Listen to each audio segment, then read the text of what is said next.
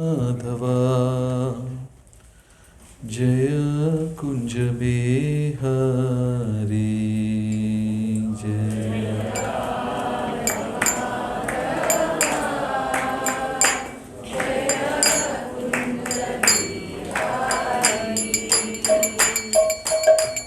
राधा माधवा जय कुंज बिहारी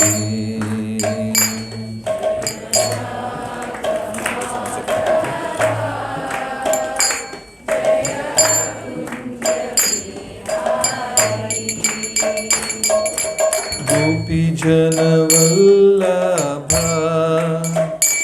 जय गिरिवरधारी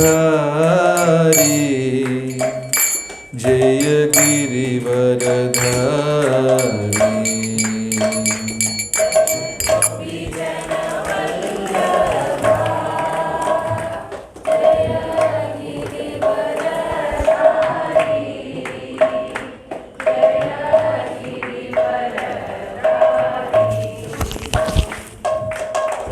गोपी जनवल्लभा जय गिरिवरधारी जय Girivardhari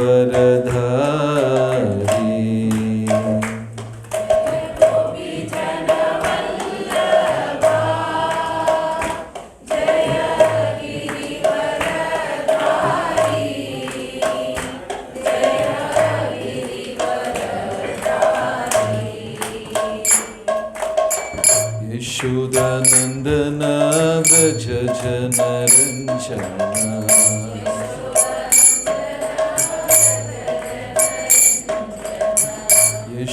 Yashodanandan Vraj जनरंजना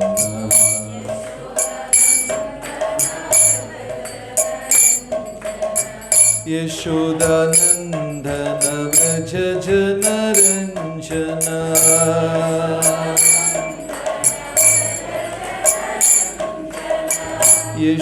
Yashodanandan Vraj जनरंजना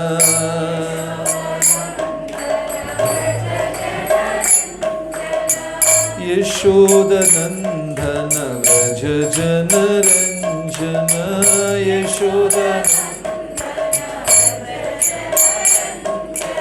Yamuna तीरावनचारी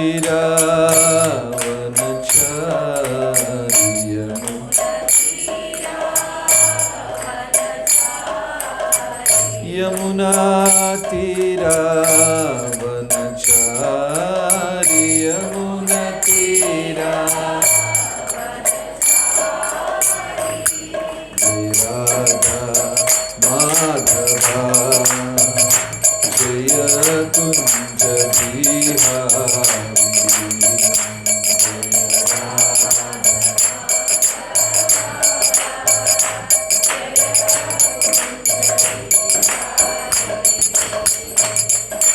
Krishna Hare Krishna Krishna Krishna Hare Hare Hare Rama Hare Rama Rama Rama Hare Hare Hare Krishna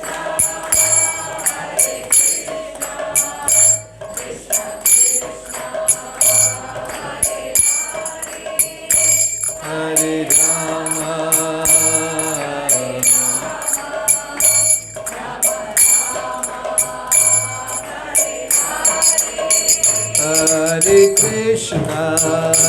Hare Krishna Krishna Krishna Hare Hare Hare Rama Rama Rama Hare Hare Hare Krishna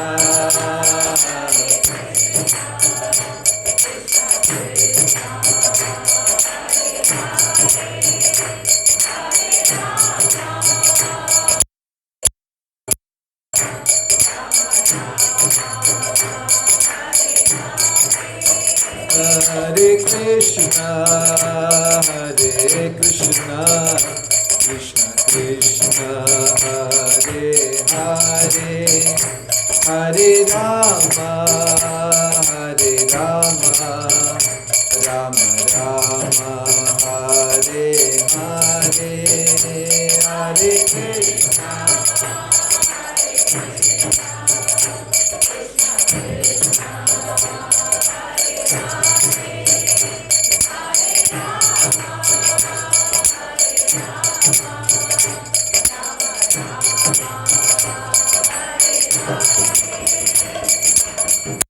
Krishna Hare Krishna, Krishna Krishna Hare Hare, Hare Ram, Ram Ram, Hare Hare. Krishna Krishna,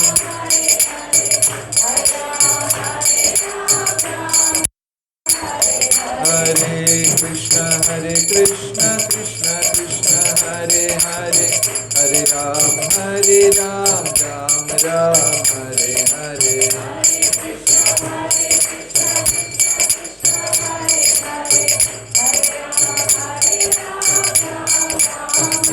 Jaya Jaya Prabhupada, Prabhupada, Prabhupada, Prabhupada, Jaya Jaya Prabhupada.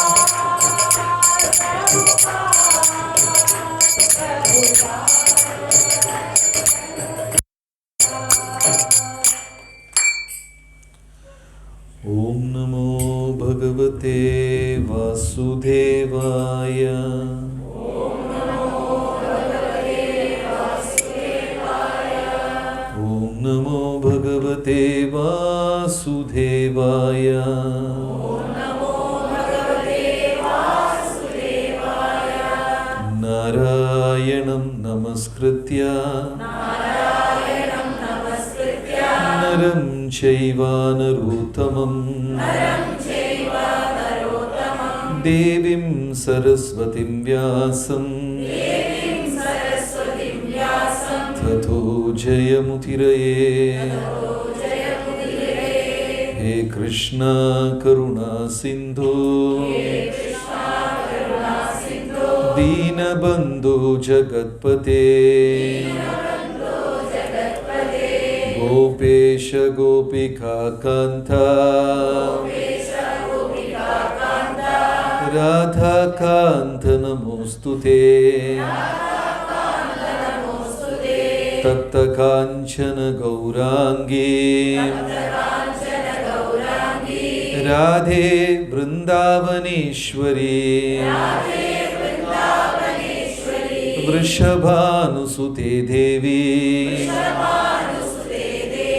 Pranamami Haripriye. Pranamami Haripriye. Namo Brahmanya Devaya.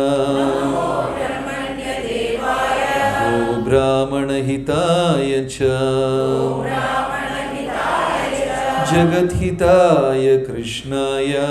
Jagat Hitaya Krishnaya. Govindaya Namo Namaha. Krishnaya Vasudevaya. Krishnaya Vasudevaya. Devaki Nandanaya Cha. Devaki Nandanaya Cha. Nanda Gopakumaraya. Nanda Gopakumaraya. Govindaya Namo Namaha. Govindaya Namo Namaha. Jaya Sri Krishna Chaitanya. Jaya Sri Krishna Chaitanya. Prabhu Nityananda. Prabhu Nityananda. Shri Advaita Gadadhara. Shri Advaita Gadadhara. Srivasadi Gaura Bhakta Vrinda. Srivasadi Gaura Bhakta Vrinda. Hare Krishna Hare Krishna. Hare Krishna Hare Krishna. Krishna Krishna Hare Hare. Krishna Krishna Hare Hare. Hare Rama Hare Rama. Hare Rama Hare Rama. Rama Rama Hare Hare. Rama Rama Hare Hare. എല്ലാ സജ്ജനങ്ങൾക്കും എൻ്റെ വിനീതമായ പ്രണാമം. ഹരേ കൃഷ്ണ. നമ്മുടെ session സത്സംഗത്തിൻ്റെ 2ാം ദിവസത്തിലേക്ക് എല്ലാവർക്കും സ്വാഗതം. നാമജപം തുടങ്ങാത്തവർ ആരെങ്കിലും ഈ വേദിയിലുണ്ടോ? ആണോ? ജപം തുടങ്ങാത്ത ആരെങ്കിലും? ശരി. എത്ര പേര് നാമജപം ചെയ്യുന്നവരാണ്? എല്ലാവരും. ഓക്കെ, ശരി. നമ്മുടെ ഈ വിഷയം, നമ്മൾ ചർച്ച ചെയ്തു വരുന്ന വിഷയം എന്ന് പറയുന്നത് ഇന്നലെ തുടങ്ങി ജ്ഞാനം, വിജ്ഞാനം, മൂന്നാമത്തത് സാക്ഷാത്കാരം. അതായത് ഗീതയും ഭാഗവതവും നമ്മളെല്ലാം വർഷങ്ങളായിട്ട് പഠിക്കുന്നവരാണ്. എനിക്കിവിടെ ഈ വേദിയിൽ ചിലരെ 15 കൊല്ലം 20 കൊല്ലമായിട്ട് പരിചയമുള്ളവരൊക്കെ ഉണ്ട്. ഇത് 4ാം ക്ലാസ് പഠിക്കുന്ന തൊട്ട് പരിചയപ്പെട്ടത്, മൃദംഗം വായിക്കുന്നു ഈ സൈസ് തൊട്ട്. വീട്ടുകാർ സഹിക്കാൻ പറ്റാതെ ആശ്രമത്തിൽ പറഞ്ഞു വിട്ടു. 15-20 കൊല്ലമായിട്ട് കുറേ പേരെ പരിചയമുണ്ട്. നമ്മൾ വായിക്കുന്ന ഗീതയും ഭാഗവതവും ഒക്കെ നമ്മുടെ ജീവിതത്തിൽ പകർത്താൻ സാധിച്ചില്ലെങ്കിൽ അത് വിജയമാണോ പരാജയമാണോ? പരാജയം. ഇത് സാക്ഷാത്കരിക്കാൻ സാധിക്കണം. അല്ലെങ്കിൽ ഭൗതിക വിദ്യാഭ്യാസം പോലെ ആയിപ്പോകും. നമ്മൾ ഭൗതിക വിദ്യാഭ്യാസം എല്ലാം നേടിയവരാണ്, ഇല്ലേ? ഇവിടെ എല്ലാവരും, ഞാൻ കഴിഞ്ഞ പ്രാവശ്യം പറഞ്ഞു, A+B² പഠിക്കാത്ത ആരെങ്കിലും ഉണ്ടോ? എല്ലാവരും പഠിച്ചു. ജീവിതത്തിൽ ഇത് ആരെങ്കിലും ഉപയോഗിച്ചിട്ടുണ്ടോ? വീട്ടിൽ വഴുതിനങ്ങയൊക്കെ എടുത്ത് വെച്ചിട്ട് A+ ഇല്ല. ഭൗതിക വിദ്യാഭ്യാസം എന്ന് പറയുന്നത് 80% ജീവിതത്തിൽ ഉപയോഗമില്ലാത്തതാണ്. സൈൻ തീറ്റ ആരെങ്കിലും ജീവിതത്തിൽ ഉപയോഗിച്ചിട്ടുണ്ടോ? കോസ് തീറ്റ, കാലിത്തീറ്റ,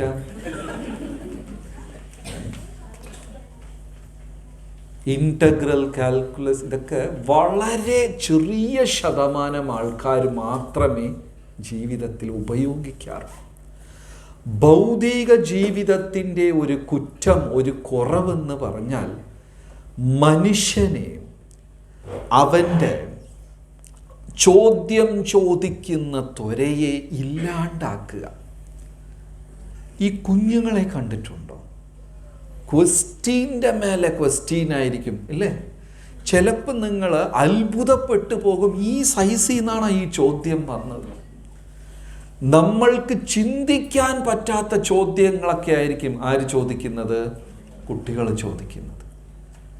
അങ്ങനെ എത്ര പേർക്ക് എക്സ്പീരിയൻസ് ഉണ്ട് അങ്ങനത്തെ കുട്ടികൾ, അല്ലേ?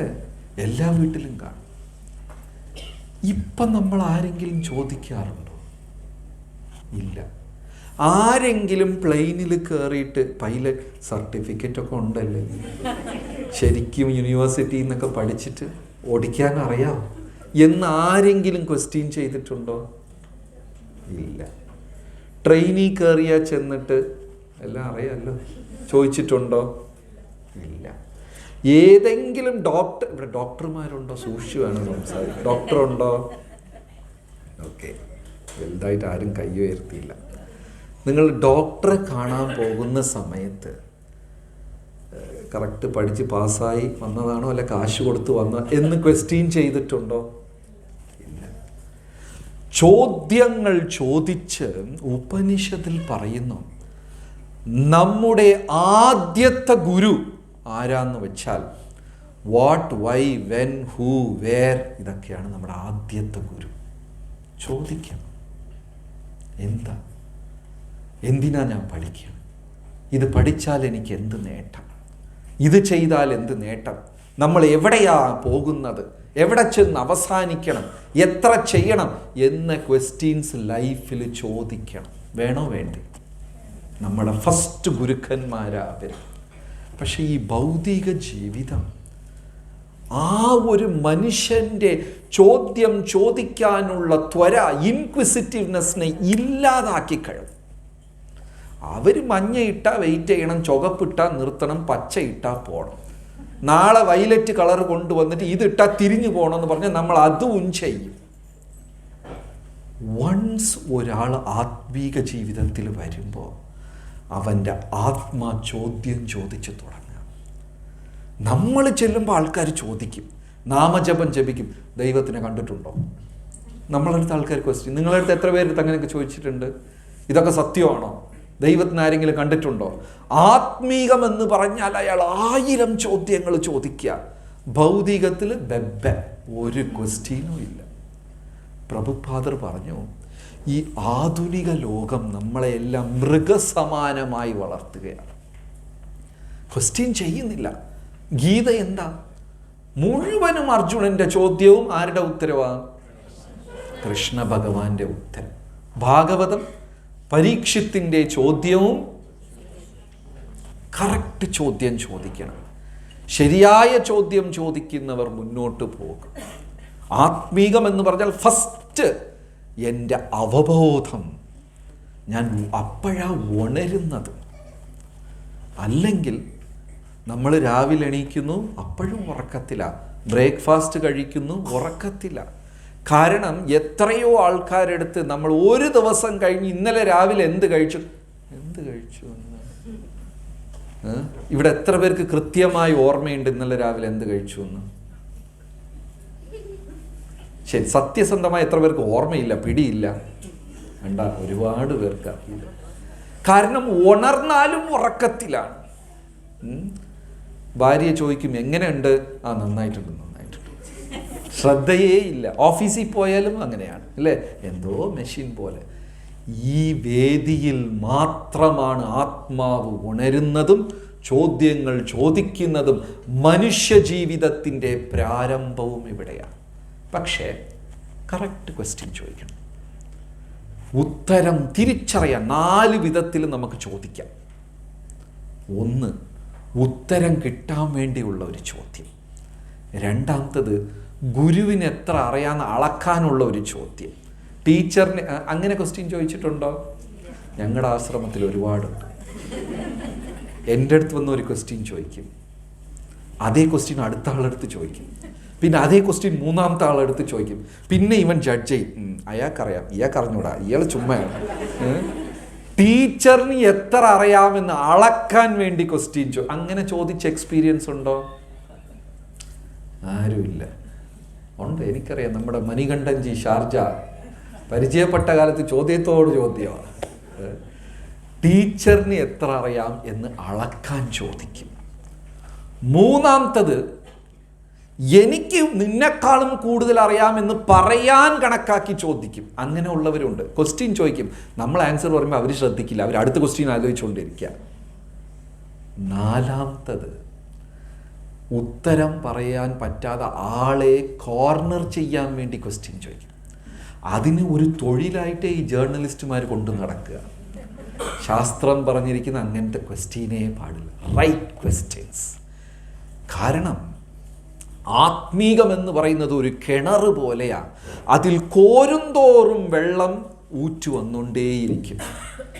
ഏത് കിണറിലാ ശുദ്ധവെള്ളം, ഏത് കിണറിലാ കൂടുതൽ വെള്ളം, ഏത് കിണറിൽ നിന്നാണോ നിരന്തരം വെള്ളം കോരുന്നത് ആ കിണറ്റിലായിരിക്കും എന്താണ് ഊറ്റുമുണ്ടാകുന്നത്, ശുദ്ധമായ വെള്ളം ഉണ്ടാകും. ആത്മീകം എന്ന് പറയുന്നത് ഈ താമരപ്പൂ എതളുകൾ ഓപ്പൺ ചെയ്തുകൊണ്ടേയിരിക്കാം. ഓരോന്നും ഗീതയും ഭാഗവതവും നമ്മുടെ ആത്മീക ഗ്രന്ഥങ്ങളും സത്സംഗങ്ങളും ഓരോ പ്രാവശ്യം അകത്ത് പോകുമ്പോഴും താമരയുടെ ഓരോ ഇതളുകൾ ഓപ്പൺ ആവും. അവസാനം വരെയും നമുക്ക് പഠിക്കാൻ സാധിക്കും. അവസാനം വരെയും നമുക്ക് പഠിച്ചുകൊണ്ടേയിരിക്കാം. ശരിയായ ചോദ്യം. ഇന്നലെ നമ്മുടെ വിഷയം 6 അഴുക്കുകൾ, കൽമഷങ്ങളെ കുറിച്ചായിരുന്നു. എന്തൊക്കെയാണ്? കാമ, ക്രോധ, മോഹ, ലോഭ. ഈ 6നും കാരണമേതാണ്? കാമക്രോധം. ഈ കാമക്രോധത്തിലിരുന്നാണ് ഈ 6 എക്സ്പാൻഡ് ആയത്. ഈ കാമക്രോധത്തിലും മൂലകാരണം ഏതാണ്? കാമം. ഇന്നലെ നമ്മുടെ ചർച്ചാ വിഷയം ഏത് വിഷയത്തിനെ കുറിച്ചായിരുന്നു? ടോപ്പിക് അസൂയ. എപ്പോഴും അടുത്തുള്ളവരായിട്ട് നമ്മൾ കമ്പയർ ചെയ്ത് എൻ്റെ ലക്ഷ്യങ്ങളെ മഹാതെറ്റാണ്. ഇന്ന് നമ്മൾ അടുത്ത വിഷയം മോഹ, ഇല്യൂഷൻ. സത്യമാണെന്ന് അറിഞ്ഞാൽ പോലും അത് ഗ്രഹിക്കാൻ പറ്റാത്ത ഒരവസ്ഥ. എത്ര പേര് സിനിമയും സീരിയലും കണ്ട് ചിരിക്കുകയും കരയുകയും ചെയ്തിട്ടുണ്ട്? എല്ലാവരും അല്ലേ? അത് കണ്ടിട്ട് കരയും. എന്തെങ്കിലും സത്യാവസ്ഥ ഉണ്ടോ? നമ്മളെയൊക്കെ കരയിച്ചിട്ട് അയാൾ കാശ് വാങ്ങിച്ച് പോക്കറ്റ് ഇട്ടിട്ട് അയാൾ അങ്ങനെ പോകും. നമ്മൾ 3 ദിവസമായിട്ട് കരച്ചല്ല, എന്നാലും അവൾ ആത്മഹത്യ ചെയ്യേണ്ടായി. മോഹ. അറിഞ്ഞുകൊണ്ട് തന്നെ ഒരു വല്ലാത്ത ഒരു വലയിൽ ചെന്ന് നമ്മൾ ചാടുകയും മനസ്സിലാക്കിക്കൊണ്ട് മനസ്സിൻ്റെ കൈദികളായി, പ്രിസണേഴ്സ് ഓഫ് മൈൻഡ്, നമ്മൾ മനസ്സിനെ, നമ്മുടെ തന്നെ മനസ്സിൻ്റെ പ്രിസണറായിട്ട് മാറും. ഈ കെട്ടെല്ലാം ഒരാൾക്ക് ഉപേക്ഷിക്കേണ്ടി വരും. എന്നാൽ മാത്രമേ അവൻ അടുത്ത തലത്തേക്ക് ഉയരുകയുള്ളൂ. ഈ മോഹ എന്ന് പറയുന്ന വല്ലാത്ത ഒരു മായയാണ്. ബന്ധനങ്ങൾ ഒരു മായയാണ്. ഭൗതിക സുഖം ഒരു മായയാണ്. ഭൗതിക ഇന്ന സമ്പത്ത് വേണം, ഇത് വേണം, അത് വേണം. ഇന്നലെ ഞാൻ ഒരു ക്വസ്റ്റ്യൻ ചോദിച്ചു. 6 മാസത്തിന് കൂടുതലായിട്ട് ഉപയോഗിക്കാത്ത സാധനം എന്നാലും അലമാറയിൽ കാത്തു സൂക്ഷിക്കുന്നവർ എത്ര പേരുണ്ട്? 6 മാസമായിട്ട് അത് ഉപയോഗിച്ചിട്ടില്ല, എന്നാലും അത് ഇരിക്കട്ടെ, ഞാൻ എന്തായാലും ഒരു ദിവസം മെലിയും വിടാം, ഇരിക്കട്ടെ. നടക്കാത്ത ഒരു കാര്യം.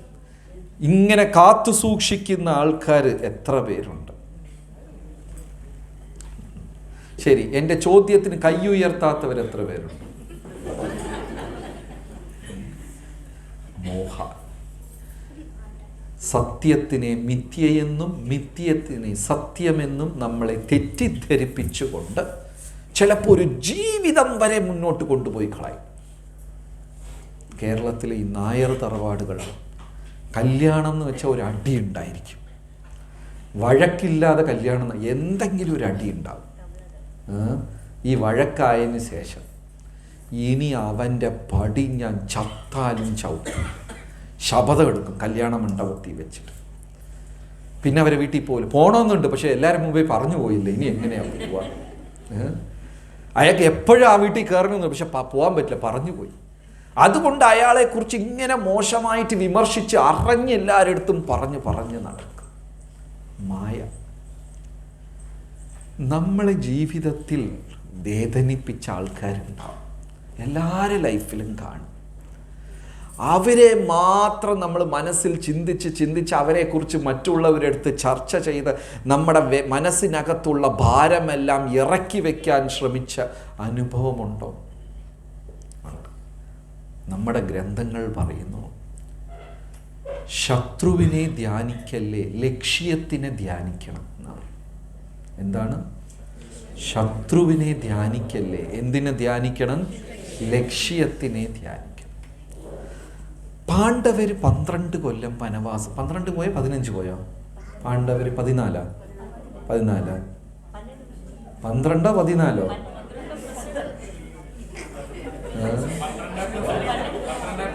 12+1 13 കൊല്ല വനവാസം, 1 കൊല്ലം അജ്ഞാതവാസം.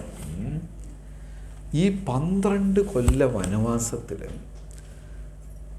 ദുര്യോധനൻ നിരന്തരം യുധിഷ്ഠിരനെയും പാണ്ഡവരെയും ചിന്തിച്ചുകൊണ്ടിരുന്നു.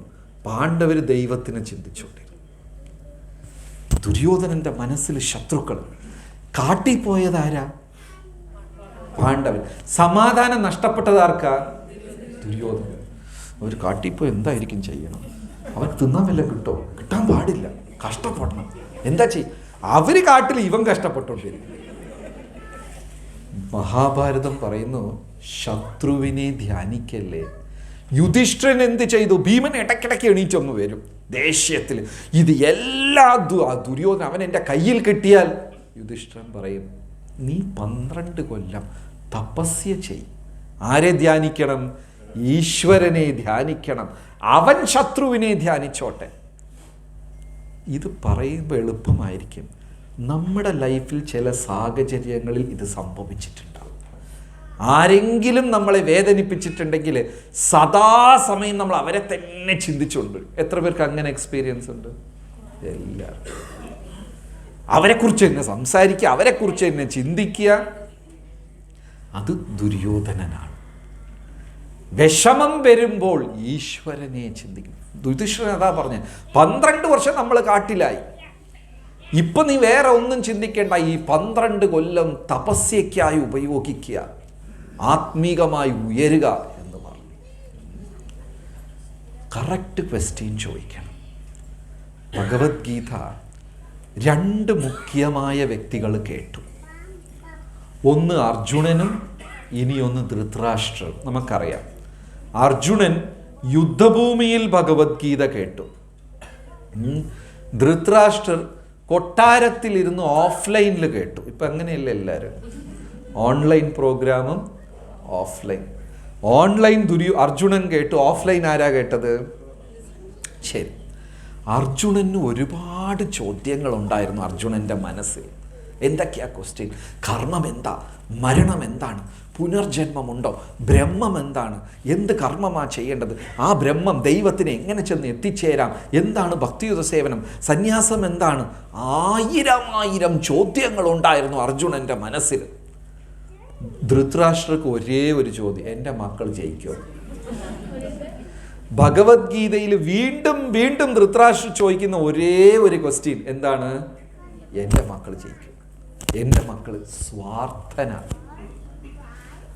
ആ സഞ്ജയൻ പല രൂപത്തിൽ ധൃതരാഷ്ട്രക്ക് ഉത്തരം പറഞ്ഞു, നിന്റെ മക്കൾ ജയിക്കില്ല, വിട്ടുമില്ല, സ്വാർത്ഥനാണ്. അപ്പോൾ ഈ മോഹ എന്ന് പറയുന്നത്, നിങ്ങൾ നരകലോകങ്ങളെ കുറിച്ച് കേട്ടിട്ടുണ്ടോ?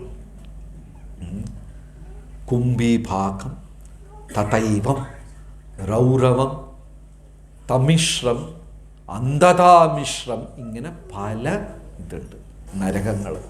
പുരാണങ്ങൾ ഏകദേശം 21 മുതൽ 27 നരകങ്ങൾ വരെ ലിസ്റ്റിട്ട് പറയുന്നുണ്ട്. ഇത് എല്ലാം മോഹവലയിൽ കുടുങ്ങുന്നവരാ പോകുന്നത്. തമിശ്രം എന്ന നരകത്തിൽ ആരാ പോകുന്നത്? ഞാൻ ഈ ശരീരം എന്ന് പൂർണ്ണമായി വിശ്വസിക്കുന്നവൻ തമിശ്രം എന്ന നരകത്തിലേക്ക് പോകും. ഞാൻ ഈ ശരീരമാണ്, ശരീര സംബന്ധമായതെല്ലാം. നമ്മളൊക്കെ എത്ര ഭഗവത്ഗീത ഡിസ്കസ് ചെയ്താലും ശരീരം വേറെ ആത്മാവ് വേറെ എന്ന സാക്ഷാത്കാരമൊന്നും നമുക്കില്ല. ഉണ്ടോ? ഇല്ല. നാളെ രാവിലെ നിങ്ങളുടെ മുഖത്തൊരു കറുത്ത പാട് പെട്ടെന്ന് സത്സംഗത്തിന് വരുമോ? വരില്ല. എനിക്കറിയാം, ഉറപ്പ് വരുമെന്ന് പറഞ്ഞാലും വരില്ല. ഇന്ന് ഫുൾ ക്ലാസ് എന്താണ്? ഞാൻ ഈ ശരീരമല്ല, ഞാൻ ആത്മാവാണ്, ഞാൻ നാളെ മുഖത്ത് ഒരു ഇത് വന്നാൽ മതി, വരില്ല. അതായത് അങ്ങനത്തെ ബോധമുള്ളവർ തമിശ്രം എന്ന നരകത്തിലേക്ക് പോകും.